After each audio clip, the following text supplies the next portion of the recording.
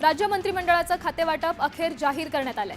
गृह खातं भाजपकडेच असणार असून मुख्यमंत्री देवेंद्र फडणवीस यांच्याकडेच गृह खातं असणार आहे।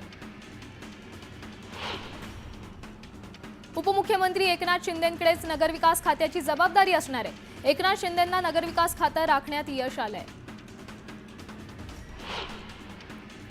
राष्ट्रवादीकडे अर्थ खातं कायम राहिलंय। उपमुख्यमंत्री अजित पवारांकडे अर्थ खात्याची जबाबदारी देण्यात आली आहे। उदय सामंतांकडेही त्यांचं खातं कायम राहिलंय। उदय सामंतांकडे उद्योग खात्याची जबाबदारी देण्यात आली आहे। दादा भुसेंकडे शालेय शिक्षण खात्याची जबाबदारी देण्यात आली आहे आणि या खाते वाटपातही शिवसेनेकडेच शालेय शिक्षण खातं राखीव राहिलंय। भाजपच्या चंद्रशेखर बावनकुळेंना महसूल खात्याची जबाबदारी देण्यात आली आहे। बावनकुळेंना महसूल मंत्रीपद मिळालंय। पंकजा मुंडेंवर भाजपनं पर्यावरण खात्याची जबाबदारी दिली आहे। पंकजा मुंडेंना पर्यावरण मंत्रीपद देण्यात आलंय। शिवेंद्रराजे भोसलेंकडे सार्वजनिक बांधकाम खात्याची जबाबदारी देण्यात आली आहे। शिवेंद्रराजे भोसलेंना सार्वजनिक बांधकाम मंत्रीपद देण्यात आलंय। गिरीश महाजन आणि राधाकृष्ण विखे पाटलांकडे जलसंपदा खात्याची जबाबदारी असणार आहे। दोन्ही मंत्र्यांना एकच खातं देण्यात आलंय।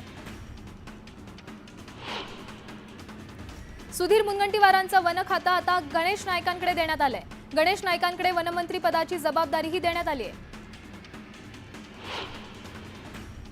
आदिती तटकरेंनाही त्यांचं खातं कायम राखण्यात यश आलंय। आदिती तटकरेंकडे पुन्हा एकदा महिला आणि बाल कल्याण विकास खात्याची जबाबदारी देण्यात आली आहे।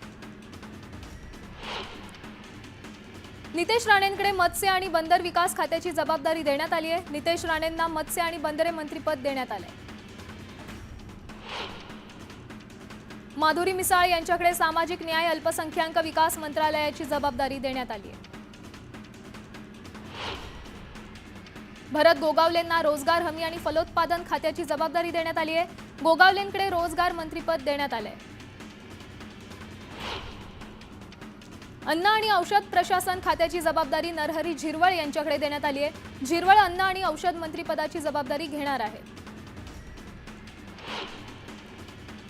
शंभूराज देसाईंकडे पर्यटन, खाण आणि स्वातंत्र्य सैनिक कल्याण मंत्रालयाची जबाबदारी देण्यात आली आहे। चंद्रकांत पाटलांकडे उच्च आणि तंत्रशिक्षण तसंच संसदीय कामकाज खात्याची जबाबदारी देण्यात आली आहे। गुलाबराव पाटलांकडे पाणीपुरवठा खात्याची जबाबदारी देण्यात आली आहे। गुलाबराव पाटील पाणीपुरवठा मंत्रीपदाची जबाबदारी घेणार आहेत। धनंजय मुंडेंकडे अन्न आणि नागरी पुरवठा त्यासह ग्राहक संरक्षण खातं देण्यात आलं। माणिकराव कोकाटे यांच्याकडे कृषी खात्याची जबाबदारी देण्यात आली आहे। कृषी मंत्रीपदाची जबाबदारी कोकाटे पार पाडणार आहेत। संजय शिरसाट यांना सामाजिक न्याय खात्याची जबाबदारी देण्यात आली। अजित पवारांनी अधिवेशन संपताच थेट बीडमध्ये देशमुख कुटुंबाची भेट घेतली आहे। यावेळी त्यांनी देशमुख कुटुंबाचं सांत्वन केलंय। मास्टर माइंड कुणीही असो कोणालाच सोडणार नाही, दोषींवर कठोरात कठोर कारवाई होणारच असं आश्वासन अजित पवारांनी संतोष देशमुख यांच्या कुटुंबियांना दिलंय। बीडमध्ये जात उपमुख्यमंत्री अजित पवारांनी देशमुख कुटुंबियांची भेट घेतली आहे। यावेळी संतप्त झालेल्या गावकऱ्यांनी अजित पवारांसमोर घोषणाबाजी केली आहे। धनंजय मुंडेंना मंत्रिमंडळातून काढा अशी मागणी गावकऱ्यांनी केली आहे। शरद पवार यांनी आज मष्टाजोगमध्ये जाऊन संतोष देशमुखांच्या कुटुंबियांची सांत्वनपर भेट घेतली। यावेळी आम्हाला न्याय हवाय अशी मागणी कुटुंबियांनी केली। तसंच देशमुखांच्या मुलीला शिक्षणाची जबाबदारी देखील ते घेणार असल्याचं शरद पवार म्हणाले। हत्या प्रकरणाच्या खोलात गेलं पाहिजे, सूत्रधाराला योग्य प्रकारचा धडा शिकवा अशी मागणी शरद पवारांनी केली। तसंच कितीही रक्कम दिली तरी गेलेला माणूस परत येत नाही असंही पवार म्हणाले। बीड जिल्ह्यातील घटना न पटणारी आहे, ही घटना महाराष्ट्राला शोभणारी नाही असं शरद पवार म्हणाले। तर सध्या जे दहशतीचं वातावरण आहे त्याला आपण एकत्र तोंड देऊ असंही आवाहन पवारांनी केलंय। मुख्य सूत्रधाराला अटक करा, आरोपींच्या पाठीशी कोण आहे हे लवकरच कळायला हवं अशी मागणी खासदार बजरंग सोनावणे यांनी केली आहे। मलाही वावरायला भीती वाटते, आम्हालाही टार्गेट केलं जाईल असाही दावा सोनावणेंनी केलाय।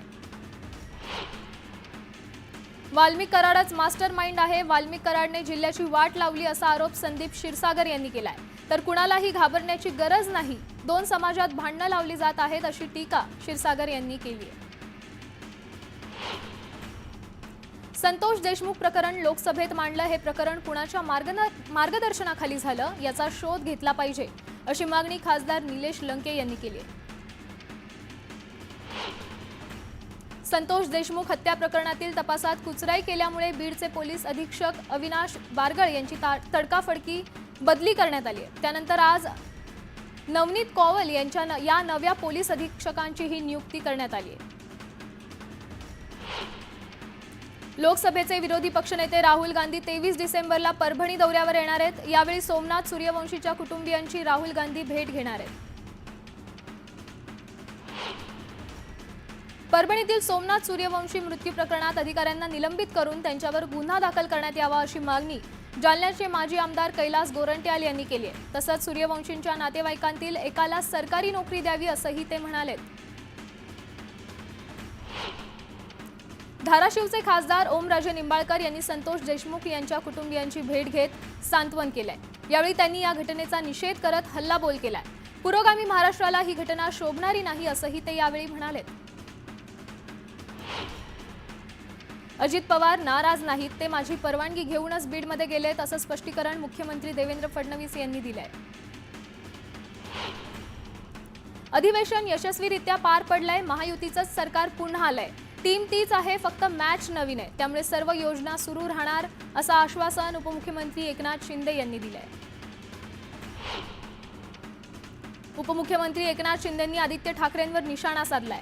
काही लोकांना वाटतं की सभागृहात बोलण्यापेक्षा मीडियासमोर बोललं पाहिजे, म्हणजे असं म्हणत आदित्य ठाकरेंना त्यांनी टोला लगावलाय. काँग्रेस आणि राहुल गांधींकडून वारंवार बाबासाहेब आंबेडकरांचा अपमान केला जात असल्याचा आरोप करत बोरिवली बार असोसिएशनकडून निदर्शनं करण्यात आली आहेत. यावेळी राहुल गांधींविरोधात जोरदार घोषणाबाजीही करण्यात आली.